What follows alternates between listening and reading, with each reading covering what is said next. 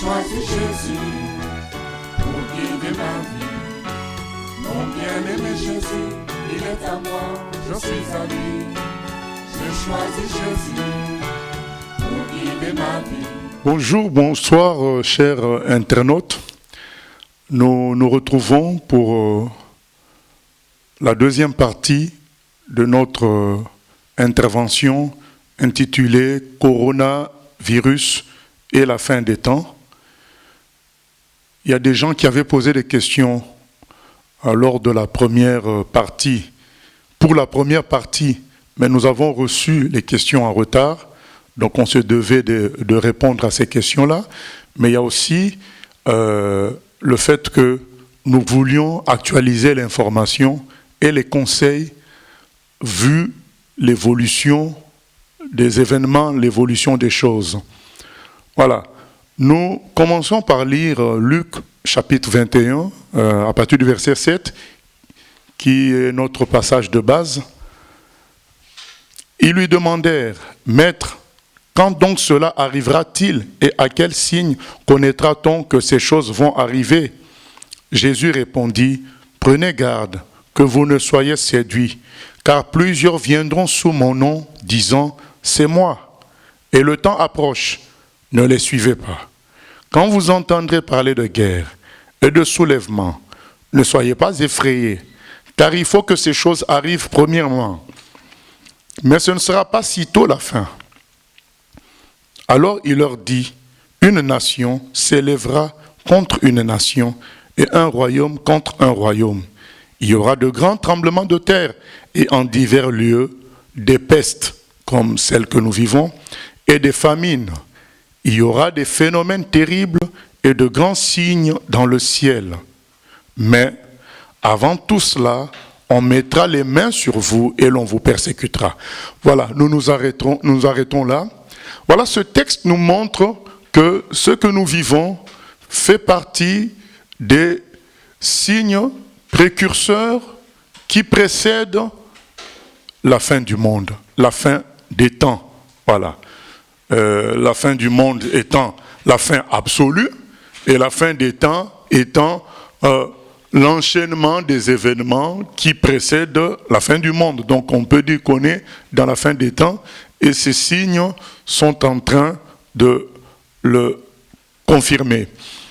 Et nous ne voulons pas qu'on oublie notre message principal, qui est que à la fin du monde, Dieu jugera. Il jugera tout homme.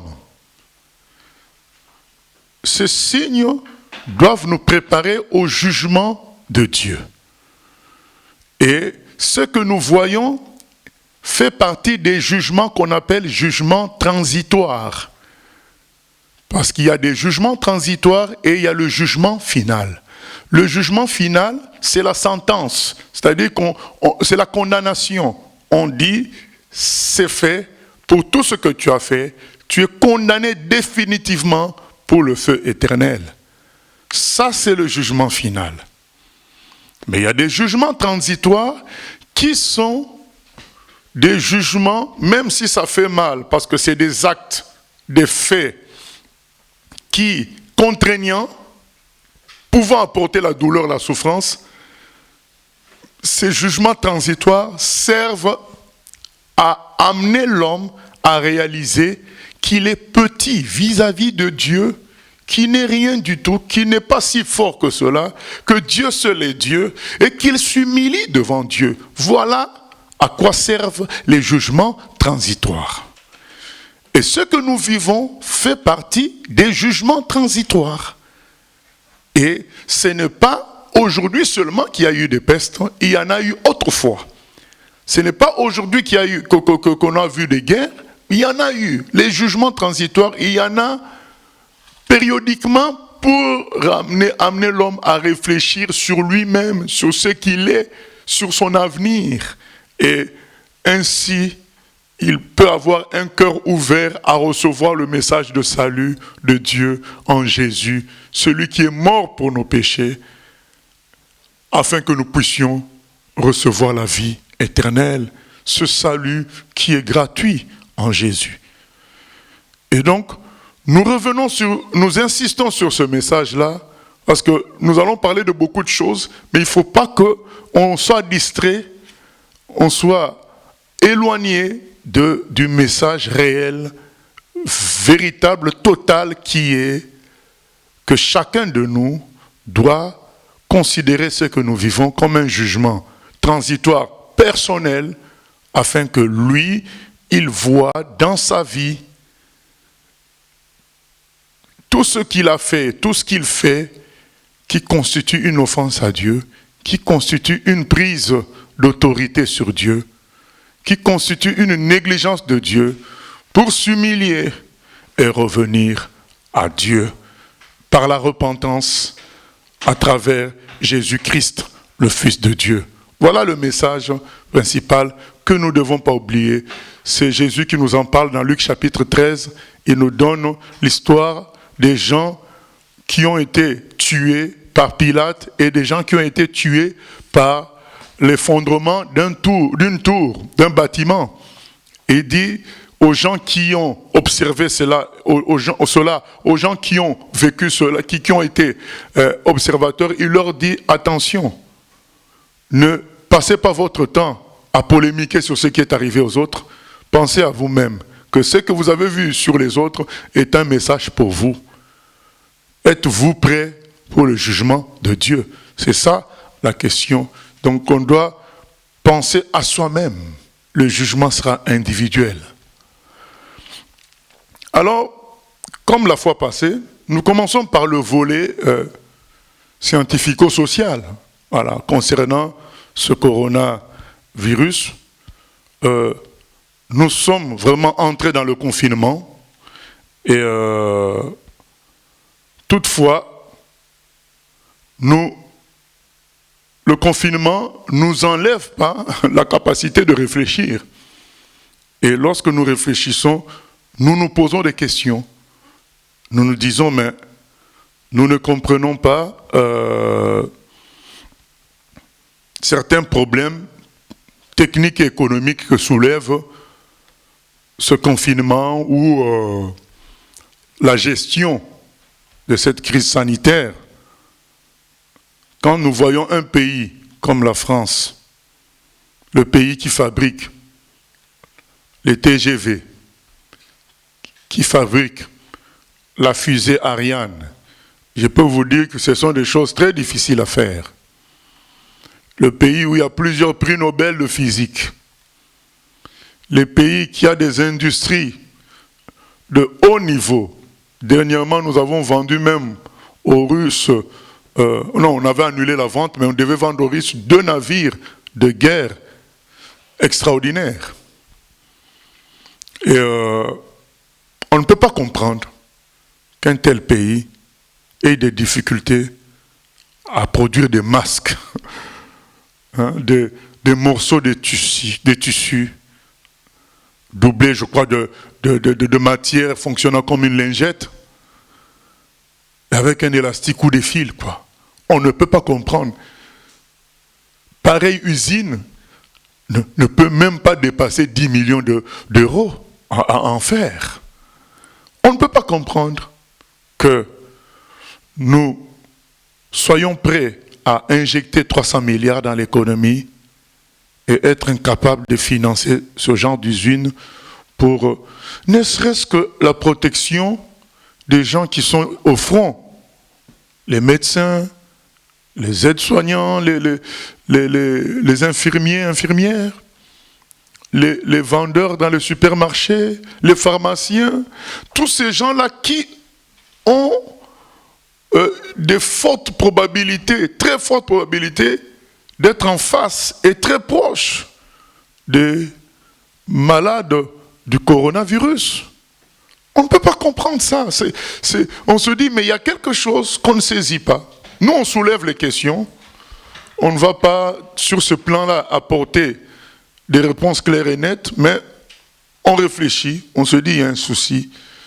Il y a un souci lorsque nous voyons un pays comme la Corée, qui, il y a 50 ans, n'était même pas cité parmi les nations, maîtrisait cette épidémie d'une manière exceptionnellement meilleure que nous. Ou alors, cette épidémie révèle le véritable état, le véritable niveau de chaque nation. Mais c'est vrai qu'on ne peut pas croire que la Corée réellement puisse avoir plus de moyens que la France. Et quand nous voyons que les Coréens ont maîtrisé l'épidémie, les Chinois ont maîtrisé l'épidémie, et que la France, l'Italie, l'Espagne galèrent comme ça, quelqu'un me dira, oui, mais ça montre le niveau des pays. Oui, mais nous ne pensons pas que ces pays-là soient si bas. Nous nous disons qu'il y a autre chose, parce que d'autant plus que en France, on a l'un des plus grands infectiologues du monde, Didier Raoult, qui depuis plus d'1 mois ne cesse de dire et répéter que, en relation avec les chercheurs chinois, coréens, ils ont, même belges, à l'université de Louvain, ils ont réalisé que l'hydroxychloroquine agissait contre ce virus.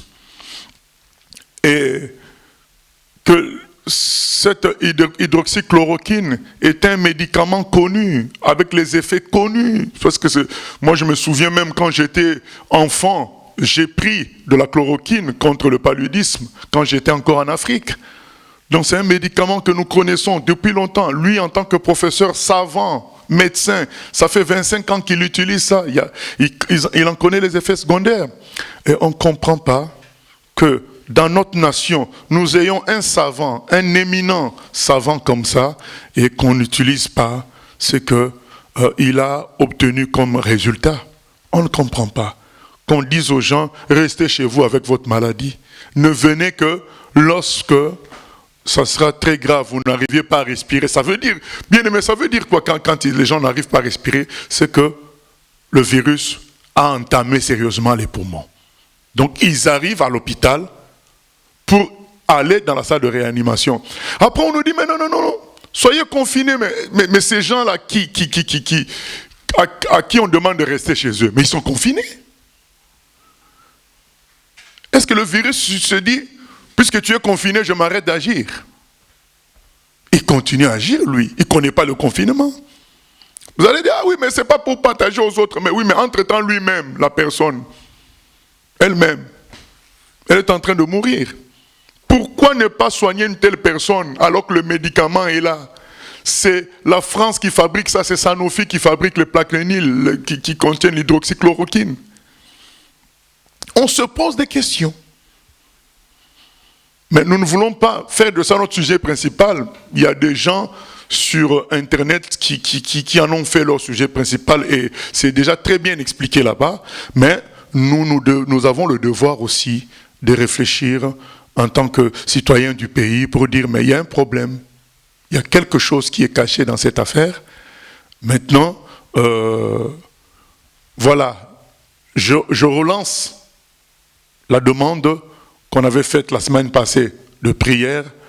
Peut-être on n'avait pas fait ça en public, mais on avait fait ça en privé. Je relance la prière pour notre savant français Didier Raoult, qui est certainement menacé de mort. Et prions pour lui. Et je remercie tous ceux qui ont déjà prié la semaine passée parce que nous en voyons les effets. C'est qu'aujourd'hui, tout le monde parle de cette affaire d'hydroxychloroquine. On a voulu tuer cette affaire, mais Dieu n'a pas permis. La chose est en train de se répandre et les autorités ne peuvent pas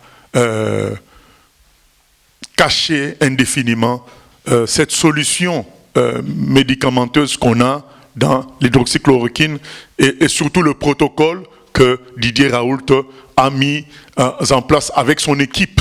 Voilà. Et nous remercions ces gens-là parce que si c'était des gens qui cherchaient de l'argent et ils n'auraient pas rendu public des choses qui sont accessibles à tous. Ils ne cherchent pas de l'argent, ils cherchent vraiment à sauver les gens. Et nous avons vu aujourd'hui, même à la télé, beaucoup de gens faire la file à Marseille pour être dépistés. Et c'est ce que préconise, que ce soit la Corée du Sud, que ce soit la Chine. Tous les pays qui arrivent à maîtriser, l'Allemagne, qui arrive à maîtriser l'épidémie, passent par le dépistage. Dépister et soigner.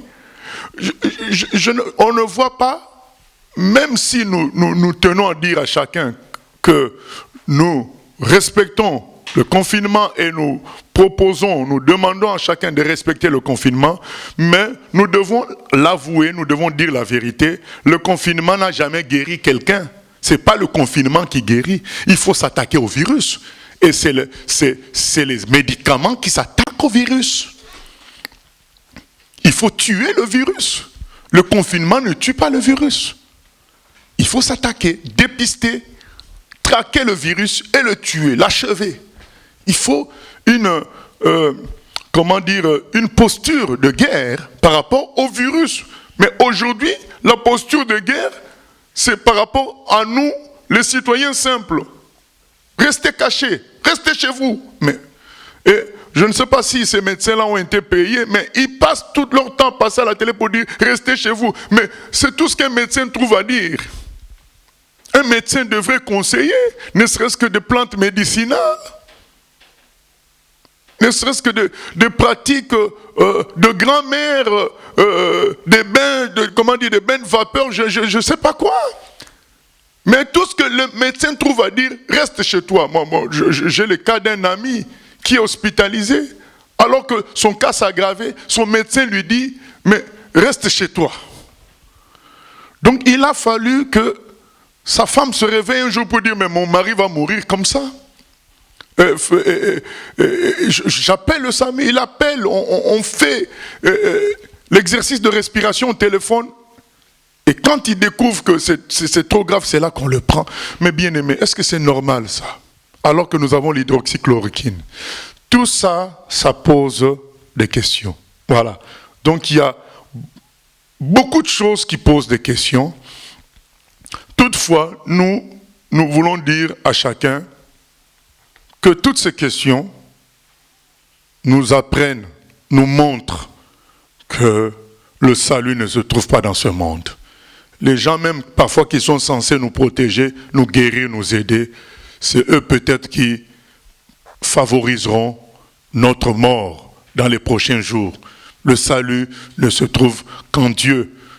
Toutes ces questions que nous soulevons, c'est pour dire aux gens qui avaient fait de l'État leur Dieu, du gouvernement leur Dieu, pour leur dire, voyez, toutes ces questions-là montrent qu'il y a un problème. Vous devrez changer de Dieu. Vous devriez prendre le Dieu d'Israël, le Père de Jésus-Christ, comme le véritable et le seul Dieu qui peut sauver. Et c'est ça, ce n'est pas dans le but de rejeter le confinement, loin de là. Au contraire, si nous voulons parler, nous voulons dire à chacun que ce que nous vivons, conformément à Romains 8, 28, ça concourt pour notre bien. Parce qu'il est écrit dans Romains 8, 28, tout concourt pour le bien de ceux qui aiment Dieu. Du moment que les autorités ont décidé le confinement, ça concourt à notre bien. Nous acceptons cela. Nous aimons même, puisque nous considérons que c'est pour notre bien. Mais, cependant, les questions doivent être posées afin que chacun prenne conscience que le salut ne se trouve qu'en Dieu, ne se trouve pas dans les médecins qui nous disent restez chez vous avec votre maladie. Le salut ne se trouve pas dans le gouvernement qui nous dit restez chez vous. Voilà, qui ne nous apporte aucune solution. Voilà, le virus, le combat contre le virus, doit être un ensemble de mesures. On cite le confinement chinois comme exemple, excusez-moi d'y revenir, mais bien aimé, les Chinois n'ont pas fait que du confinement. Les Chinois ont fait du dépistage aussi. Les Chinois ont traité aussi. Ils n'ont pas fait que du confinement. C'est un ensemble de mesures. Et aujourd'hui, ils n'ont pas peur. Ils reçoivent même des malades venant de l'étranger. Les frontières chinoises ne sont pas fermées. Aujourd'hui, tu peux aller en Chine. Mais parce qu'ils savent qu'ils ont le médicament qui guérit, tout simplement. Sachant cela, ils n'ont plus peur. Donc, c'est simple, si nous voulons combattre sérieusement l'épidémie, c'est une chaîne de mesures, c'est le dépistage, le diagnostic et le traitement. Je ne suis pas le mieux placé pour en parler. Il y a notre spécialiste Didier Raoult. Et pour tous ceux qui disent ah oui, mais il est contredit par certains autres experts et médecins, eh bien, je vous conseille de prendre les deux noms de celui que vous considérez qui contredit Didier Raoult. Vous prenez son nom, vous mettez sur Google, vous cherchez qui il est, qu'est-ce qu'il a trouvé lui. Et maintenant, mettez le nom de Didier Raoult, que ce soit sur YouTube, que ce soit sur Google, vous allez voir ce que lui il a eu comme prix. Hein. Vous savez, il y a même des bactéries qui ont le nom de Raoult. Hein, pour vous dire combien cet homme-là est le meilleur ici en France. Alors donc, nous allons écouter les petits joueurs. Au lieu d'écouter le grand joueur, nous préférons écouter celui qui a fait ses preuves en France et à l'international en matière de virologie, bactériologie, infectiologie. Voilà, c'est beaucoup plus sérieux notre attitude de prêter l'oreille à ce que dit Didier Raoult plutôt que les experts de télé qui n'ont jamais fait de tests, qui n'ont jamais fait des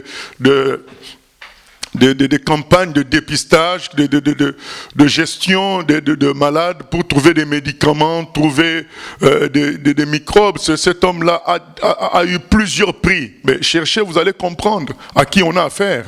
Voilà. Nous ne sommes pas là pour parler d'un homme, nous disons la vérité.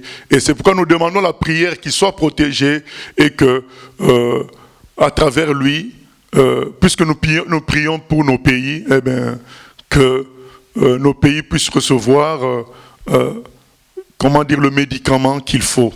Mais entre-temps, nous comprenons que ce qui nous arrive, c'est la volonté de Dieu. Ce confinement, nous bénissons le Seigneur pour cela, parce qu'il y a des choses qu'on peut en tirer, parce que Dieu est bon envers nous. Voilà ce qui était le côté scientifico-social. Maintenant, nous revenons à tout ce qui est spirituel, parce que le véritable salut, ce n'est pas guérir du coronavirus. Le véritable salut, c'est recevoir la vie éternelle en Jésus-Christ. Quand nous reprenons Luc 21, c'est écrit: quand vous entendrez parler de guerre, au verset 9, et de soulèvement, ne soyez pas effrayés, car il faut que ces choses arrivent premièrement, mais ce ne sera pas sitôt la fin. Voilà, le Seigneur nous appelle à la paix. Un vrai chrétien ne peut pas s'agiter, puisqu'il a été prévenu. Et Jésus, dans un autre passage, il dit, quand ces choses arriveront, au moins, vous avez été prévenu. Vous ne serez pas déstabilisés parce que je vous ai dit tout cela en avance. Donc quand tout cela arrive, on dit, mais c'est vrai, c'est que le Seigneur a dit, et ça ne change pas le fait que nous demeurions des enfants de Dieu, sous sa protection. Ce n'est pas le coronavirus qui va enlever la protection de Dieu sur nous. Il reste notre Dieu. Le royaume s'ébranle, psaume 46. Les nations s'agitent, mais le peuple de l'Éternel est toujours dans la paix. Voilà ce que nous donnent les Écritures. La paix de Dieu. Nous devons garder la paix et fonctionner avec la voix du Saint-Esprit. Ne pas fonctionner en fonction des infos. Commencer à trembler comme de feuilles au vent. Non. Nous devons fonctionner toujours dans la paix. Jésus, quand il ressuscite, il apparaît aux disciples et dit que la paix soit avec vous. Ça, c'est la caractéristique des vrais enfants de Dieu. C'est la paix. Donc, ne soyons pas déstabilisés. Parce qu'aujourd'hui, donc c'est le prochain point, c'est qu'il y a des prophéties et des prophètes du moment. Des gens qui viennent avec des visions, ils ont vu le Seigneur, ceci avec le coronavirus, ils ont en lien avec le coronavirus.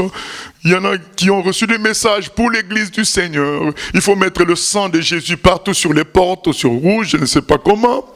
Il faut nous dire aussi où on va trouver ce sang-là. Et il y a toutes sortes de prophéties maintenant qui circulent sur Internet. Et voyez ce que le Seigneur dit au verset 8. Jésus répondit, « Prenez garde que vous ne soyez séduits, car plusieurs viendront sous mon nom, disant, « C'est moi. » Et le temps approche. Ne les suivez pas. Entre guillemets, ne les écoutez pas. On vient même de m'envoyer une image où il paraît qu'on aurait vu un démon physiquement sur le toit du Vatican. Et que l'image n'était pas montée parce que le démon, il faisait une ombre. Puisqu'il y a une ombre, l'image n'est pas inventée. Mais déjà, est-ce qu'un esprit peut faire une ombre? Vous voyez que ces gens-là se contredisent eux-mêmes. Mais il y a une ombre, donc l'image n'est pas inventée. Mais l'esprit ne fait pas d'ombre, c'est le corps qui fait une ombre. Mais bien aimé, il y a toutes sortes de choses qui sortent. Jésus dit, ne suivez pas ces choses-là. Où les gens disent, c'est moi. Quand c'est écrit là, c'est moi et le temps approche, ça ne veut pas dire que tout le monde dira, je suis Jésus. C'est moi, c'est sous-entendu, c'est moi que vous devez écouter. Parce que ces gens-là disent, voilà le message que j'ai reçu du Seigneur, distribuez-le à tout le monde, bien-aimé. Je vous donne aussi une autre mesure de précaution en ce qui concerne WhatsApp, YouTube, Internet. Quand un message finit par « tu dois distribuer ça à tout le monde », fais attention, ce n'est pas en général le message de Dieu. Parce que le message de Dieu, le Saint-Esprit s'occupe de provoquer l'envie de distribuer ça. C'est lui-même qui s'en occupe. Quand quelqu'un insiste pour qu'on distribue son message, déjà ce n'est pas biblique. Parce que ce que nous devons distribuer, ce que nous devons répandre, c'est le message de Jésus. Jésus a dit, enseignez-leur à observer tout ce que je vous ai prescrit. Il a dit, allez prêcher la bonne nouvelle à toute la création. C'est le message que nous devons répondre. Et dans ce message, il y a aussi le message sur la fin des temps. Mais on n'a pas besoin de répandre la prophétie que quelqu'un a reçue aujourd'hui et nous devenons sous sa pression, ouvriers de propagation. Non. Faisons attention. Jésus a dit, ils diront c'est moi qui vous dis la vérité. Mais non, la vérité est déjà dans la Bible. Jésus l'a déjà donné, les Écritures. Maintenant, les avertissements du Seigneur, nous les rappelons davantage maintenant par rapport aux événements. Mais nous n'inventons pas. Nous disons, le Seigneur l'a déjà dit. Ce que le Seigneur a dit, nous répétons ça aujourd'hui. Mais dire, j'ai vu le Seigneur, il m'a dit ceci. Il y a un qui disait, le Seigneur m'a dit que nous devons prier. Mais bien aimé, qui ne sait pas parmi les chrétiens qu'on doit prier quand ça chauffe? Dans 1 Thessaloniciens 5,17, c'est écrit prier sans cesse. Donc, le Seigneur lui est apparu pour nous dire à nous tous prions quoi. Ça confirme davantage ce que lui-même dit. Prenez garde que vous ne soyez séduits, car plusieurs voudront se faire un nom, viendront sous mon nom, disant, c'est moi, et le temps approche. Oui, le temps approche parce que le Seigneur l'a dit. Ce n'est pas parce que le Seigneur s'est révélé à cette personne-là. Le temps approche parce que les signes qui précèdent la venue du Seigneur sont en train de s'accomplir. Et en lisant les Écritures, nous découvrons ça, nous redécouvrons ça, nous voyons cela. Et nous disons aux gens, le temps est proche parce que voilà ce que le Seigneur avait dit. Quand Jésus est né à Bethléem, les mages venaient chercher où est né le roi des Juifs. Ils sont partis à Jérusalem. Et quand ils sont partis voir le roi Hérode, il a appelé les scribes juifs, les lettrés juifs, les sages juifs, Ils ont dit au roi Hérode, ce n'est pas à Jérusalem, parce que la prophétie, c'est écrit dans Michée 5, 1 à 2, c'est à Bethléem que naîtra celui qui n'a pas l'origine des jours, ni la fin. C'est à Bethléem que naîtra le Messie. Ils ont lu les Écritures. Ils n'ont pas dit, le Seigneur nous montre, il nous a montré la nuit que c'était à Bethléem. Non, ils ont lu dans les Écritures. Tout est dans les Écritures. On n'est pas contre les prophéties. On veut dire tout simplement que si quelqu'un a une prophétie, ce n'est pas une prophétie qui doit supplanter les Écritures, ni avoir la même autorité que les Écritures. Ça reste une prophétie qu'il va dire aux gens qui sont en face de lui. Mais quand il oblige les gens à répandre ça dans le monde entier comme étant un message du Seigneur, ça ce n'est pas biblique. Le message du Seigneur c'est la Bible, et si le Seigneur te donne un message pour aujourd'hui, tu le dis aux gens qui sont en face, et si le Seigneur veut que d'autres personnes apprennent ça, il se débrouillera à ce que les autres aussi le sachent. Voilà, faisons attention, bien-aimés. Nous devons retirer aussi un autre enseignement par rapport à ce qui arrive concernant ce confinement, concernant ce virus, c'est que les méga-churches en ont pris un coup. Parce que vous vous rendez compte que des églises de 3 000, 4 000, 5 000 personnes, elles étaient les premières à être frappées par les mesures de restriction. Pourquoi? Parce que, voilà, elles sont sujettes à beaucoup plus de contamination. L'exemple de Mulhouse, faisant montre de cela. Et ça nous montre, bien aimé, la route à suivre. Ça nous montre, ça nous remontre, parce que la route à suivre, Jésus nous l'a déjà donnée. C'est dans Matthieu 28, 18 à 20. Il a dit, allez, faites de toutes les nations des disciples. Apprenez-leur à observer tout ce que je vous ai prescrit. Il n'y a pas que Jésus qui en parle. Dans 2 Timothée 2, Paul dit, ce que vous avez appris de moi, enseignez-le à des personnes qui vont enseigner à d'autres. La construction de l'Église, c'est une construction de disciples. Ce n'est pas une construction de méga-church. Bien-aimés, nous ne sommes pas en train de dire que dès que les gens sont nombreux, ce n'est pas l'Église du Seigneur. Dès qu'ils sont dans une salle, ce n'est pas l'Église du Seigneur. On n'a pas dit ça. On dit tout simplement, ça ne doit pas être l'objectif. L'objectif doit être la formation des disciples.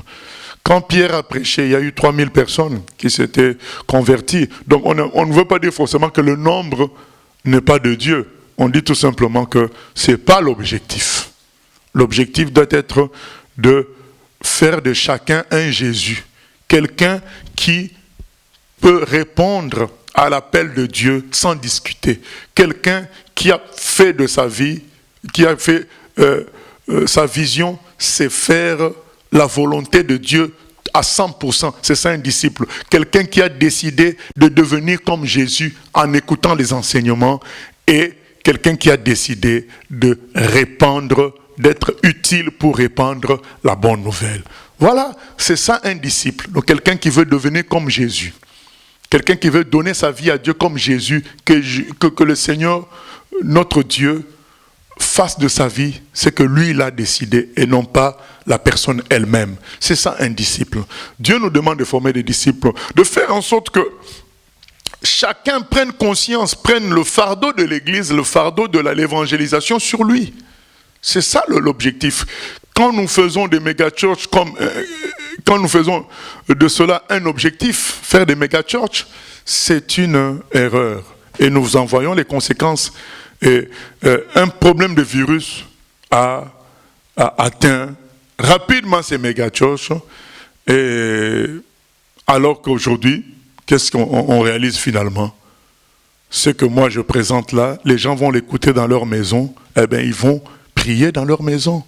Donc on se rend compte de l'utilité d'être des disciples. Parce que s'il n'y a pas de disciples dans une maison, il n'y a que de clients, des spectateurs, des gens qui venaient à l'église comme pour se servir, écouter une vedette, danser une belle musique. Mais dans une telle maison, on va voir les choses péricliter, la foi périr, tomber. Mais dans les maisons où il y a des disciples, une relève va se faire. Les gens vont se lever dans la prière, ils vont prier, ils vont faire l'œuvre de Dieu. Ils ne vont pas se laisser faire par l'isolement. Beaucoup de gens dans nos églises sont entraînés par l'action de l'église, par le travail de l'église. Ce n'est pas non plus mauvais parce que voilà, Dieu a établi des bergers pour entraîner les autres, mais l'objectif ce n'est pas d'en rester là, l'objectif c'est après l'entraînement, après le travail, que toi-même tu deviennes un disciple du Seigneur et que tu produises d'autres disciples aussi, et ainsi de suite. C'est ça l'objectif. Même si on doit être dans des groupes de 20, de 50, de 60, de 30, mais que ce travail-là de disciple-là se fasse. Et la réalité d'aujourd'hui nous amène à voir ça. C'est un jugement du Seigneur. C'est le Seigneur qui nous dit, vous voyez, hein, que les méga-churches peuvent être stoppés en 2 temps, 3 mouvements. Mais si vous avez des disciples, personne ne peut vous stopper. Voilà ce que le Seigneur nous dit. C'est le jugement de Dieu. Réveillons-nous. Une autre prise de conscience, bien aimée, c'est l'évangélisation. On se dit, aïe, aïe, aïe. Donc, nous devons parler de Dieu à tout le monde. Ça doit être notre objectif. Dans ces occasions que nous voyons là, dans cette situation,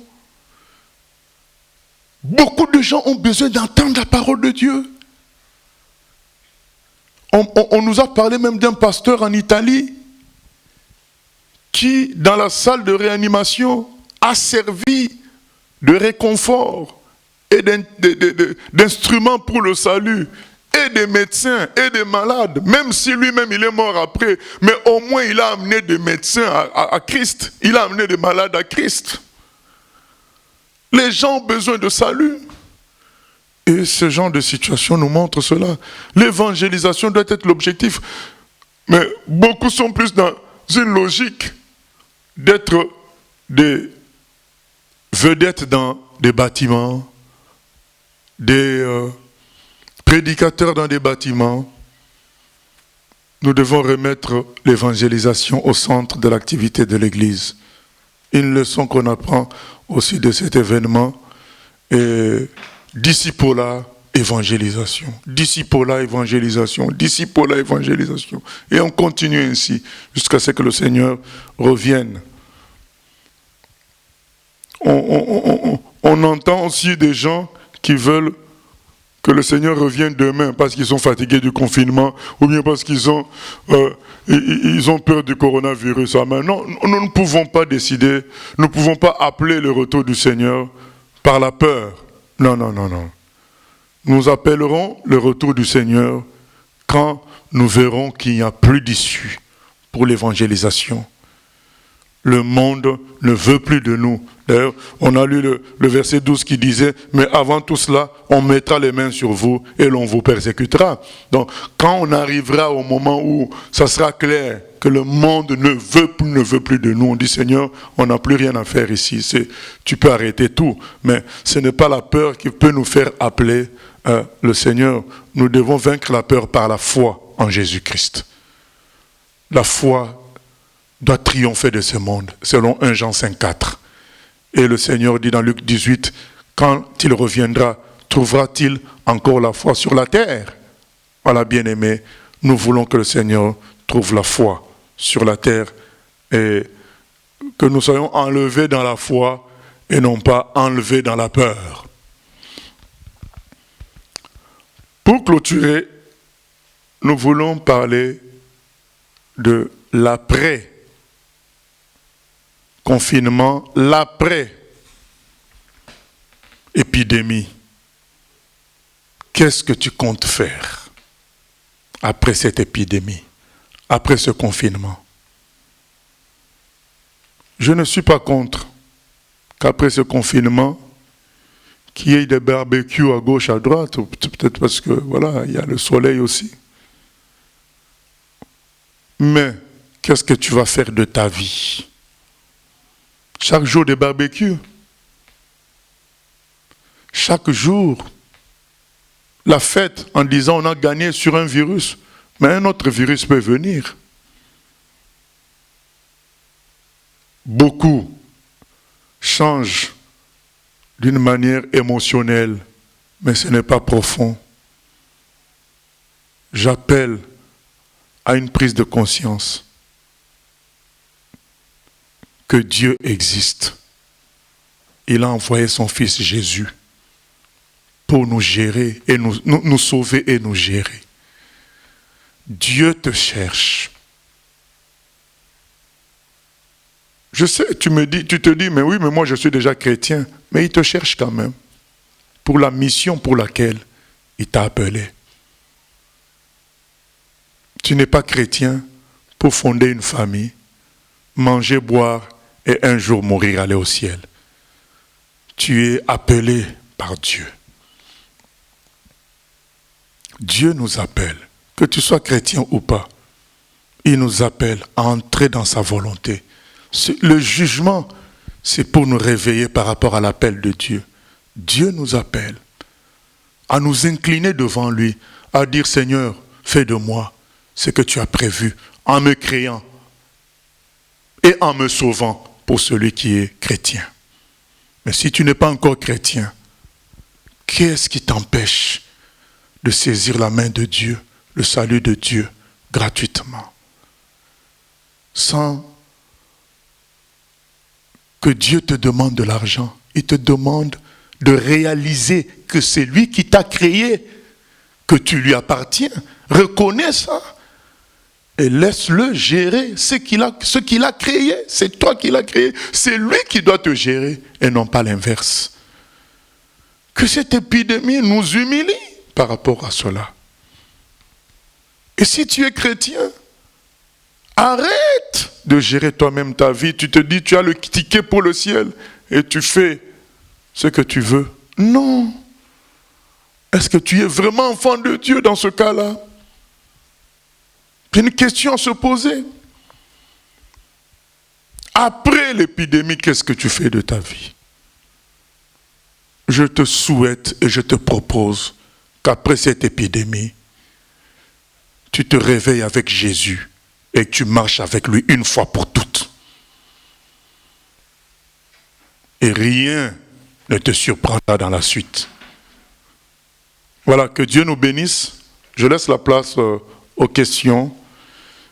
Et s'il y a d'autres choses à rajouter, on rajoutera.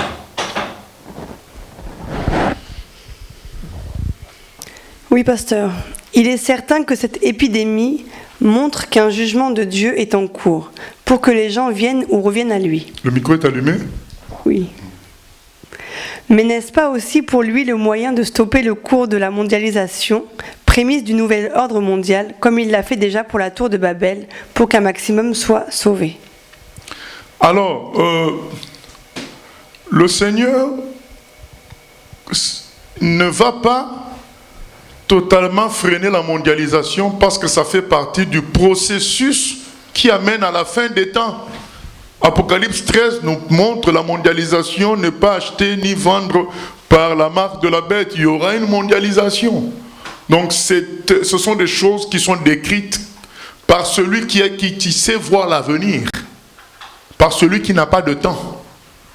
Donc ça va arriver et si le Seigneur permet la cacophonie qu'on voit aujourd'hui, c'est pour juste retarder, mais pas pour freiner la mondialisation. Il retarde, comme c'était écrit dans 2 Pierre 3, verset 9, il dit que il ne tarde pas à venir, mais il retarde les choses afin que tous les hommes soient sauvés.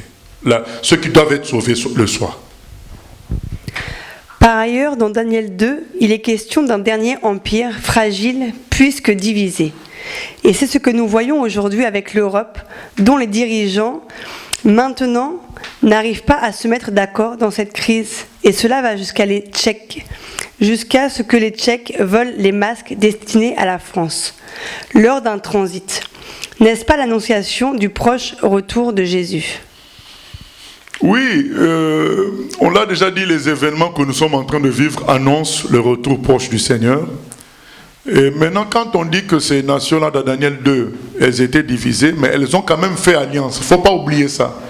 Et même si elles étaient divisées, ça se montre par la différence de matière qu'il y avait dans les pieds, mais elles ont quand même réussi à faire alliance. Et c'est ce qu'est l'Europe. Donc malgré leur division, ils ont quand même fait alliance.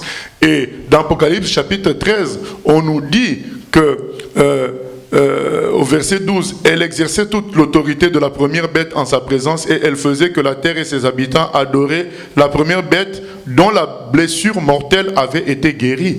Donc on nous dit que oui, la blessure de l'Europe qui donne l'impression que l'Europe depuis l'Empire romain est chaos, on nous dit que cette blessure-là sera guérie. Donc l'Europe aujourd'hui connaît un temps difficile, mais prophétiquement l'Europe sera très forte. Ça, c'est quand on lit les Écritures, l'Europe, ça sera l'endroit où le diable constituera sa grande force. Donc c'est cela, c'est une réalité. Et donc nous pensons que ce que nous voyons, oui, mais l'Europe en position difficile, mais elle se ressaisira.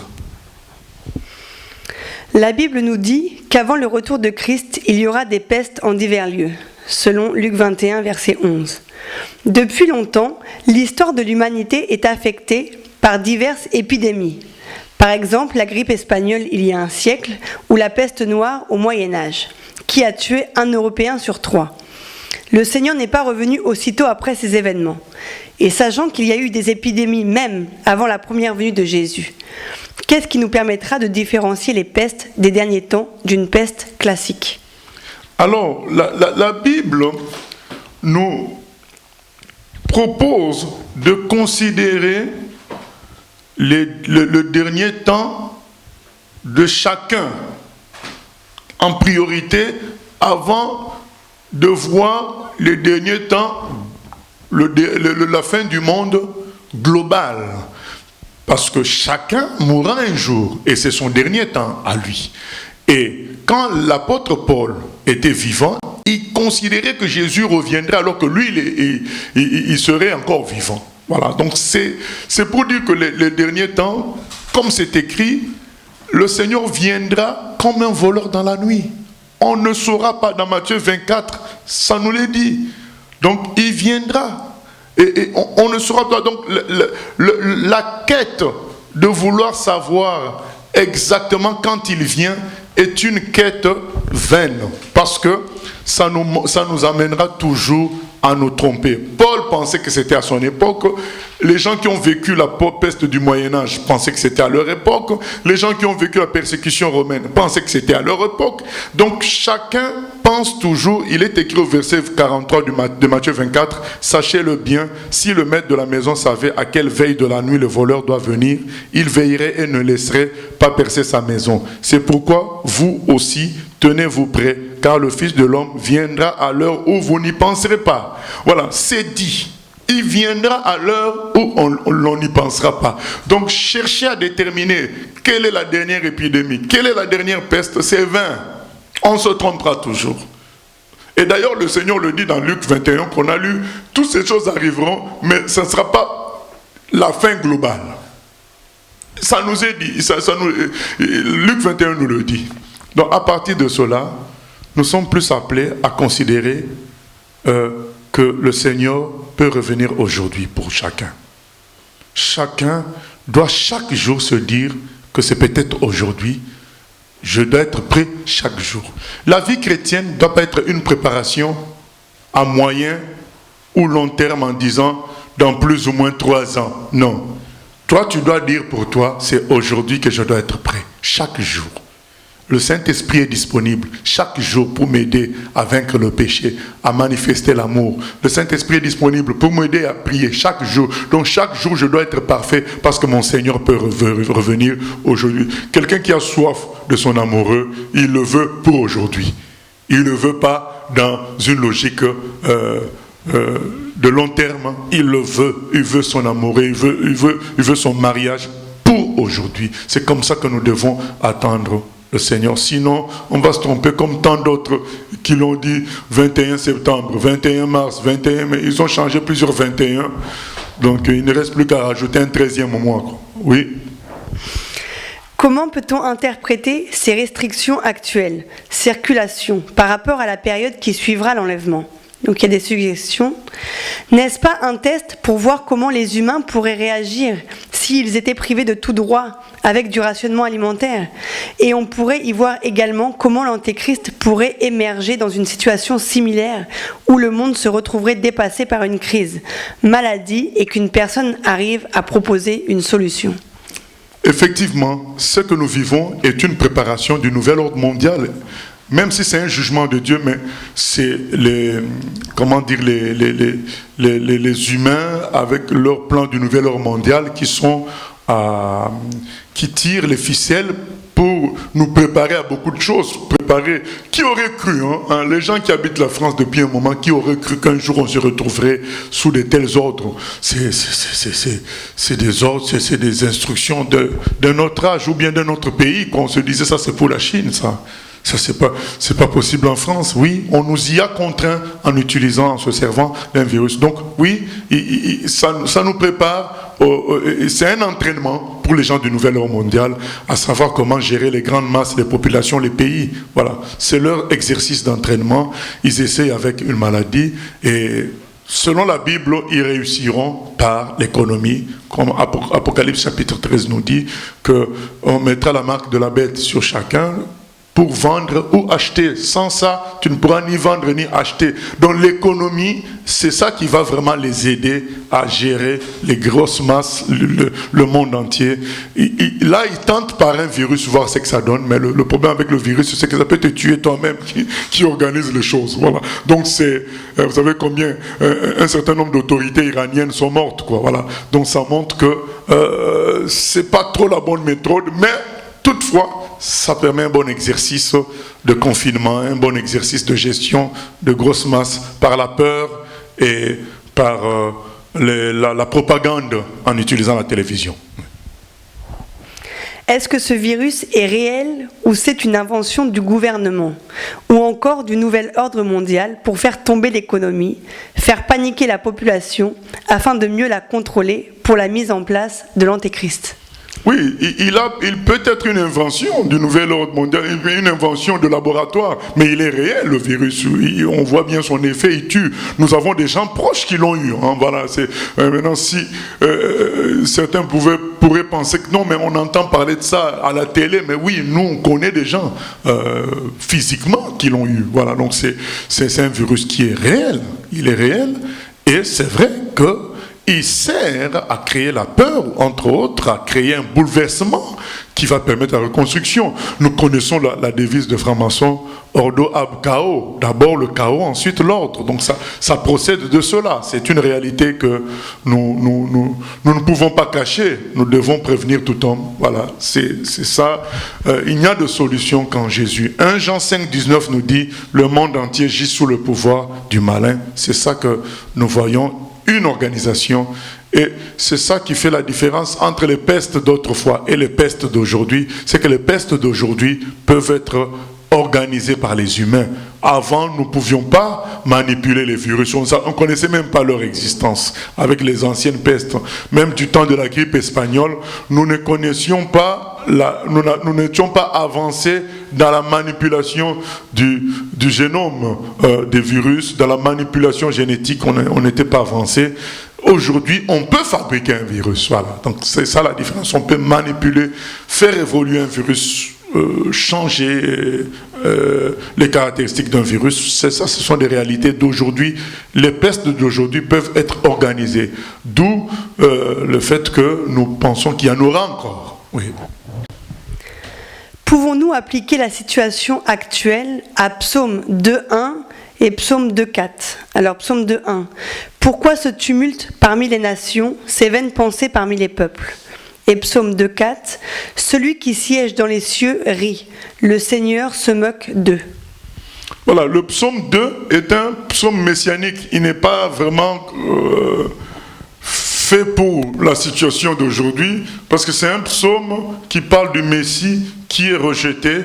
Pourquoi ce tumulte parmi les nations? C'est-à-dire que les nations ne veulent pas de loin de l'Éternel. Voilà. D'ailleurs, ce psaume a été utilisé le jour où Pierre a prêché. Donc, c'est dans la première prédication de Pierre, il avait utilisé, dans Actes des Apôtres, il avait utilisé ce psaume pour dire les nations rejettent, s'agitent par rapport à loin de l'Éternel, mais Dieu l'a consacré, c'est lui le véritable loin, c'est lui le Messie, mais ce n'est pas... Dieu se rit de cette opposition sur Jésus, parce que Jésus dans Zacharie 14 dit qu'un jour il sera déclaré roi de l'univers d'une manière claire, tout genou fléchira, toute langue confessera que Jésus-Christ est Seigneur. Voilà, c'est un psaume messianique, ce n'est pas lié à cette situation d'aujourd'hui. Y a-t-il eu dans l'histoire de l'humanité un virus qui a tant fait trembler les leaders et l'économie mondiale comme le coronavirus ? Ou bien c'est la globalisation et l'Internet qui amplifient la psychose par rapport au siècle précédent ? Il y a eu des virus importants. Il y a eu la peste du XIVe siècle qui a été vraiment dévastatrice. Je crois que ça a tué dans les millions, peut-être 50 à 100 millions d'individus. À l'époque, c'était immense. Il y a eu la grippe espagnole qui a tué plus que la Première Guerre mondiale. Hein. Donc environ 50 millions aussi de personnes. Donc nous sommes dans des gros nombres. Quoi. Nous sommes dans des gros nombres. Il y a eu tout ça. Mais aujourd'hui, comme le dit la personne qui a posé la question, c'est que oui, il y a la globalisation. Donc on peut voir ce qui se passe ailleurs. Voilà, on peut voir ce qui se passe ailleurs. Ce qui se passe ailleurs peut suffisamment nous faire peur. Quelqu'un qui est en Afrique du Sud, il voit ce qui se passe en Italie, il a peur. Voilà. Il peut voir ça parce qu'il a Internet. Quelqu'un qui est en Amazonie, il peut voir ce qui se passe aux États-Unis et il a peur. Donc cette globalisation, voilà, nous prépare vraiment à la fin du monde, à la fin des temps. Lorsqu'on dit dans Apocalypse chapitre 13, ils agiteront l'image de la bête et tous les peuples pourront l'adorer. Aujourd'hui, avec la globalisation, avec l'Internet, on peut tous voir la même chose et c'est ce qui se passe aujourd'hui et créer une peur collective, universelle. C'est possible avec les moyens technologiques d'aujourd'hui. C'est ce qui fait la différence quand même. Covid-19 est un bon fonds de commerce et un sujet de prédication pour ceux qui aiment prédire la fin du monde. D'où vient cette tendance à vouloir coûte que coûte donner une date, une année pour la fin du monde et le retour de Christ, alors que Jésus lui-même, qui est dans le sein du Père, dit que seul son Père le sait et que les apôtres ont juste décrit les événements de la fin sans oser donner de date ni de période. Cette tendance est liée à la soif divinatrice, c'est-à-dire que l'envie que l'homme a toujours de connaître l'avenir, parce que connaître l'avenir, c'est maîtriser son avenir, c'est maîtriser les choses. Ça nous ramène au péché d'Adam qui était créé par Dieu, qui était dans le paradis. Dieu lui avait donné toutes sortes d'arbres à gérer, les animaux à gérer. Il était immensément riche dans l'abondance totale. Il lui a dit tout simplement, tu ne touches pas à un seul arbre. Alors, on lui a dit, mais si tu touchais à cet arbre par Satan, ben, tu seras comme Dieu. Donc, la divination, c'est ça. Connaître l'avenir, je veux être comme Dieu, être capable de savoir ce qui va arriver. C'est ça qui a été toujours la soif de l'homme. Le premier homme a voulu être Dieu et les hommes qui ont suivi le veulent par la divination, par le fait de vouloir connaître l'avenir. C'est la tendance humaine, c'est ça qui se fait que les gens aiment connaître la date de la fin du monde. Crois que le Seigneur Jésus l'a bien dit, personne ne connaît ni l'heure ni le jour. Mais voilà, les apprentis voyants veulent toujours le savoir. Et la prophétie a toujours attiré les gens. Et le deuxième objectif, ça peut être le succès. Donc les gens veulent, en prophétisant la fin des temps, avoir du succès. Voilà, parce que les gens aiment les prédictions. C'est l'homme a en lui la semence de divination. Donc l'envie d'être Dieu, de connaître l'avenir. C'est ça d'où ça vient. La Chine et la fin des temps, les prophéties de Daniel. Daniel a décrit la succession de tous les royaumes de la terre, y compris la fin de l'Empire romain, et je crois le règne des USA. Vu le rôle prépondérant joué par la Chine comme la plateforme incontournable du commerce mondial, le fabricateur des pièces détachées de toutes les grosses boîtes, Apple, Microsoft, les équipements du gouvernement américain, etc., et celui par qui se répand le coronavirus. Que pouvons-nous dire sur la Chine par rapport aux prophéties de Daniel ? Alors, les prophéties de Daniel donnent les nations qui vont être en tête de l'action de Dieu ou bien de l'action du diable dans le monde. Ne donne pas toutes les nations, donne les nations en tête, mais avec ces nations qui sont en tête, il y a toujours des alliances avec d'autres. Quand Babylone règne sur le monde entier, elle fait alliance forcément avec quelqu'un d'autre. Quand les Mèdes et les Perses viennent après, certainement ils avaient d'autres peuples qui les soutenaient. Quand les Grecs dominent l'humanité, mais il y avait aussi d'autres peuples qui les soutenaient, ainsi que quand les Romains viennent. Mais il y a une nation qui était émergente, celle qui dominait, c'est ce que Daniel donne. Et pour nous, la Chine, nous pensons qu'elle sera comme collée à la Russie, qui est symbolisée par Gog et Magog dans la Bible, ou bien par l'ours dans la prophétie de Daniel, l'ours qui tient les ribs, ça s'appelle quoi, les côtes dans sa bouche. Donc c'est ça qui symbolise la Russie, Gog et Magog. Donc c'est aussi dans les prophéties de Daniel, mais pas dans la prophétie des 4 nations, parce qu'elles ne seront jamais les nations les plus fortes. Voilà. C'est pourquoi nous disons que la nation principale qui est prophétisée dans la Bible, la dernière, c'est l'Empire romain, c'est-à-dire l'Europe. Voilà. Donc c'est cela, mais les autres, comme les États-Unis, auront un rôle secondaire, et comme la Russie aussi, avec la Chine, elles seront là, Gog et Magog. On pense que la Chine sera plus dans l'escarcelle de la Russie. À un moment donné, voilà. Aujourd'hui, ça donne l'impression que la Chine semble au-dessus, mais nous pensons que les prophéties bibliques ne se trompent pas. Vous savez qu'il y a eu d'autres nations autrefois, comme la Mongolie de Genghis Khan.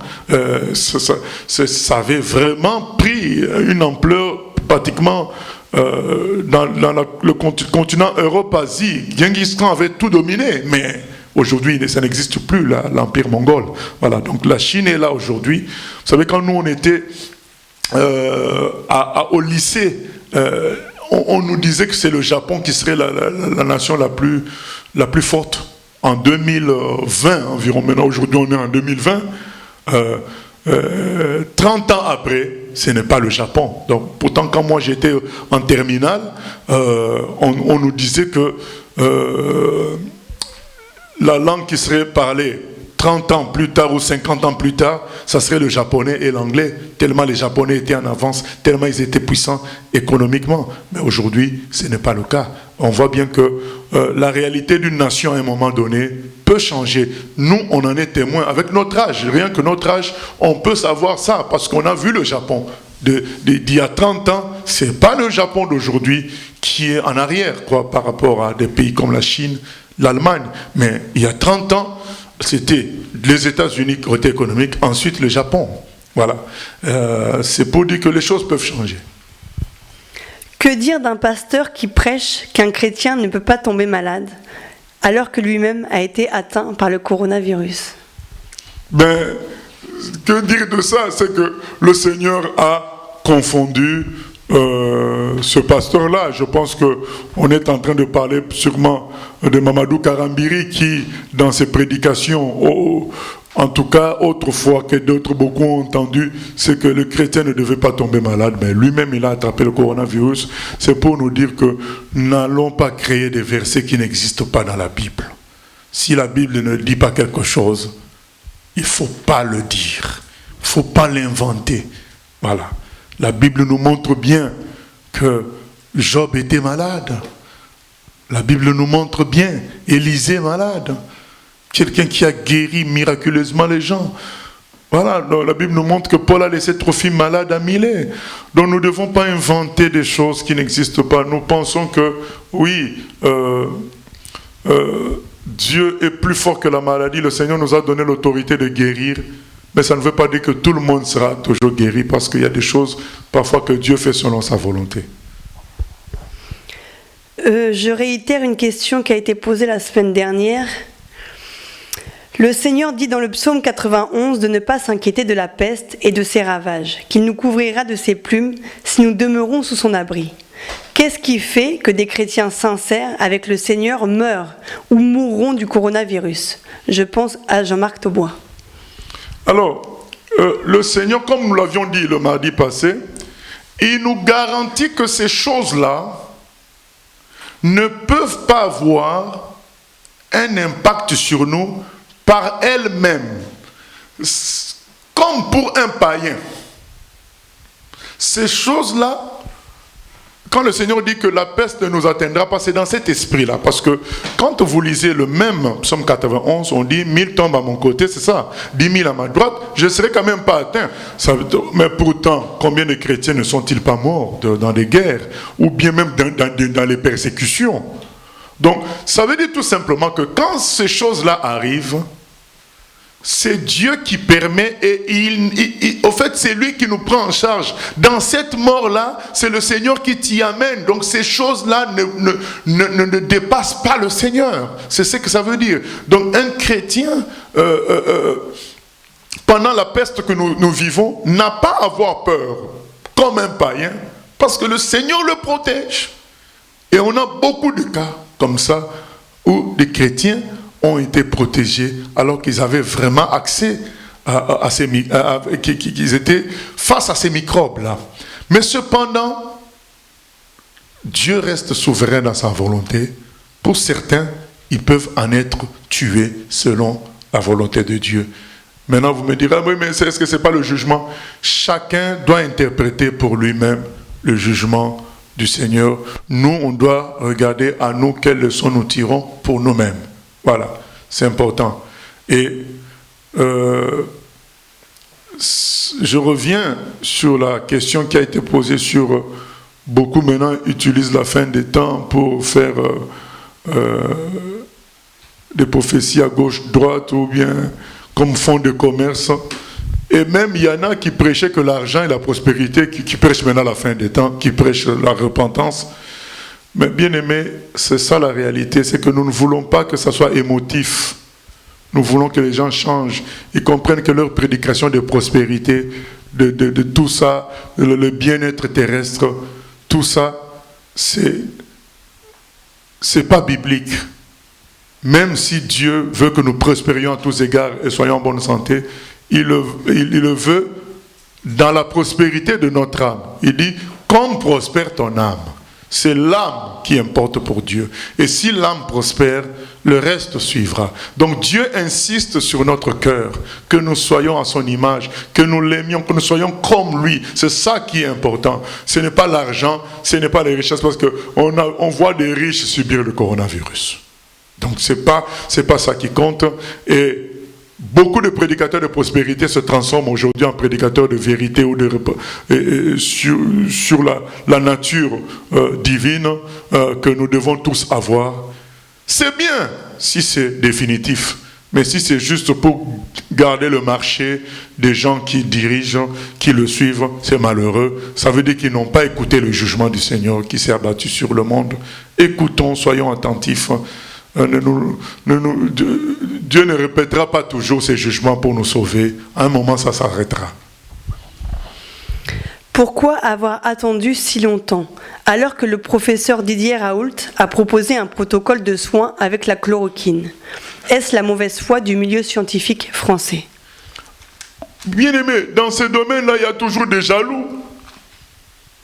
Il y a toujours des jaloux. Donc, c'est des gens qui sont jaloux. Donc, quelqu'un d'autre a trouvé un protocole, quelqu'un d'autre est plus fort qu'eux, alors que c'est eux qui ont le pouvoir. Vous voyez bien que Didier Raoult n'est pas souvent à la télé. Donc, il ne fait pas partie des gens qui ont le pouvoir politique, le pouvoir économique. Mais ceux maintenant qui ont le pouvoir économique et politique, ils ne vont pas accepter que quelqu'un qui n'est pas de leur milieu, qui puisse marcher sur eux. Ils ne vont pas accepter ça. C'est une question de jalousie, d'ego. Il y a des médecins, des professeurs qui vont, par égoïsme, par jalousie, vouloir se mettre en barrière. Mais il y a aussi des réalités cachées, économico, politiques qui sont là. Bon, ça c'est... Voilà, que chacun soit guidé pour les découvrir. Oui, mais par rapport à ce que tu viens de dire, tu dis qu'il il y a des menaces de mort contre le professeur justement parce qu'il a trouvé un traitement, il aurait trouvé un traitement. Maintenant, si aujourd'hui il lui arrivait quelque chose, ça montrerait vraiment qu'il y a un souci derrière tout ça. Ah bien sûr, aujourd'hui si on apprenait que Didier Raoult était empoisonné ou mort, on saurait clairement, ça sera clair qu'il y a une main noire derrière cette affaire, hein, de bloquer le chloroquine, l'hydroxychloroquine. Oui, mais à ce moment-là, tout le monde verrait réellement que le coronavirus, c'est quelque chose qui a été inventé pour détruire, enfin pour gérer la population. Oui, mais monsieur, tout le monde là change régulièrement. Les peuples changent beaucoup, les gens changent. Il suffit qu'on leur rabâche à la télé une vérité du matin au soir, ils finiront par dire « Ah oui, mais c'est Didier Raoult qui s'était trompé, ainsi de suite, et changer de position. » Je crois que celui qui veut s'amuser, celui qui veut la tranquillité pour aller à la plage, va pas vouloir débattre des choses qui décident de l'avenir éternel, qui décident de la conscience sur la vérité ou le mensonge. Voilà, donc c'est ça le peuple, malheureusement. Et au moment où c'est chaud maintenant, c'est le moment que nous prions pour cet homme qui soit protégé et surtout qu'il se convertisse s'il n'est pas. Voilà, avec son équipe, et prions pour que la France puisse bénéficier de ce médicament, puisque nous prions pour notre pays, que les gens soient sauvés. Voilà, non seulement physiquement, mais spirituellement aussi. Voilà, donc, bien-aimés, nous clôturons cette émission en rappelant que celui qui a des oreilles entende ce que Dieu dit à chacun et à lui-même personnellement. Entends ce que Dieu te dit. Repens-toi de l'orgueil. Repens-toi de l'orgueil. Beaucoup se croient bons parce qu'ils passent leur temps à voir le défaut des autres. Regarde à toi-même. Humilie-toi devant ton Créateur, humilie-toi devant ton Dieu, humilie-toi devant les autres. Accepte Jésus comme Seigneur et Maître et Sauveur, pas seulement comme Sauveur. Et toi qui ne connais pas encore Jésus, toi qui ne t'es pas encore donné à lui, pourrais-tu, dans ce temps de confinement, prendre 1 heure par jour, lire l'Évangile pour savoir? Pourquoi rater si facilement un grand salut et se retrouver dans le feu éternel? Et pour les autres, ceux qui se disent chrétiens, c'est le temps de peser ce qui est important et ce qui est léger. Ce qui est important, c'est les choses qui concernent l'éternité. Ce ne sont pas les choses de la terre. Cette épidémie nous montre cela. Quand tu te retrouves en réanimation, ce n'est pas ta maison qui va te sauver, ni ton compte bancaire. C'est Dieu seul. Il y a même des médecins qui sont morts. Alors c'est Dieu seul qui sauve. C'est le moment que chacun de nous consacre sa vie à Dieu. Que Dieu nous bénisse et à la prochaine. Excusez-moi, est-ce que si ce n'est pas encore coupé? Alors si ce n'est pas encore coupé, il y a une question aussi qui se pose sous le manteau, c'est mais comment nous faisons les émissions? Nous ne respectons pas le confinement. Bien-aimés, dans Actes des Apôtres, chapitre 4, 29, Actes des Apôtres aussi, chapitre 5, 19, donc 2 passages, faciles à retenir, puisqu'il y a le 9 à la fin, Actes 4, 19 plutôt, et Actes 5, 29, eh bien, les serviteurs de Dieu à qui on a demandé de ne pas parler de Dieu, ils ont répondu à qui nous devons obéir, à Dieu ou aux hommes. Donc je lis d'abord 5, 29. Pierre et les apôtres répondirent, il faut obéir. On peut lire ce qu'on leur a dit au verset 28 en ces termes. Ne vous avons-nous pas défendu expressément d'enseigner en ce nom-là? Et voici, vous avez rempli Jérusalem de votre enseignement et vous voulez faire retomber sur nous le sang de cet homme. Pierre et les apôtres répondirent, il faut obéir à Dieu plutôt qu'aux hommes. Acte 4, 19, il est dit ceci, Acte 4, 19, il dit ceci, verset 18, « Et les ayant appelés, ils leur défendirent absolument de parler et d'enseigner au nom de Jésus. Pierre et Jean leur répondirent, « Jugez s'il est juste devant Dieu de vous obéir plutôt qu'à Dieu. Car nous ne pouvons pas ne pas parler de ce que nous avons vu et entendu. » Voilà, bien-aimés, jugez vous-même. Et moi, personnellement, le Seigneur m'a dit, « Si tu m'aimes, paie mes brebis. » Quand j'étais encore étudiant au Maroc, et si j'aime le Seigneur, je dois continuer à paître son troupeau. Et ce sont ces vidéos-là, ces enregistrements qui nous permettent, dans ce temps de confinement, de continuer à paître le troupeau du Seigneur. Donc nous allons continuer pour obéir à l'ordre du Seigneur, de paître son troupeau, obéir à l'ordre du Seigneur, de faire de toutes les nations des disciples sans négliger les instructions de l'État, mais dans le point où ces instructions entrent en conflit avec l'ordre du Seigneur, nous allons obéir à l'ordre du Seigneur. Nous allons imiter nos amis Pierre et les autres. Nous allons imiter notre frère Daniel, qui a continué à prier malgré l'interdiction. Et d'ailleurs, c'est ce que nous disons. Nous voulons, frères et sœurs, que vous compreniez que nous sommes la lumière du monde. Malgré ce confinement, nous devons être réveillés dans nos maisons pour continuer à prier. Dans les temps réguliers que nous avions autrefois ensemble, nous devons y penser pour nous prier à la maison, même augmenter le temps de prière, que la lumière luise toujours dans ce monde et que les gens soient sauvés. Voilà, que Dieu nous bénisse et à la prochaine.